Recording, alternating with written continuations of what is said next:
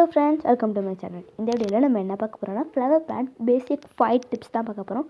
வாங்க பார்க்கலாம். எங்கள் சேனலில் ஃபஸ்ட் டைம் பார்த்தீங்கன்னா மறக்காமல் சப்ஸ்கிரைப் பண்ணுங்கள், கீழே பெல் ஐகானை கிளிக் பண்ணுங்கள். ஃபஸ்ட்டு ஒன் பார்த்திங்கன்னா நம்ம செடியை வைக்கிற பிளேஸ் வந்து 5 ஹவர்ஸ் 6 ஹவர்ஸ் கண்டிப்பாக ஈவினிங் சன்லைட்டும் மார்னிங் சன்லைட் ரெண்டுமே கிடைக்கணும்.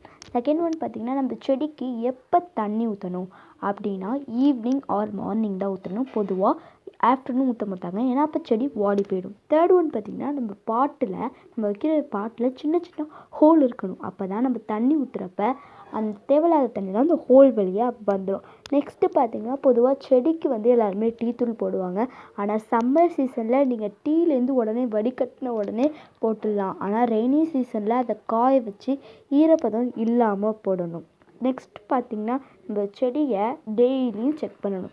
டெய்லி இல்லைனா கூட வீக்லி செக் பண்ணணும். இந்த வீடியோ உங்களுக்கு பிடிச்சிருந்துச்சுன்னா லைக் பண்ணுங்கள், கமெண்ட் பண்ணுங்கள், ஷேர் பண்ணுங்கள்.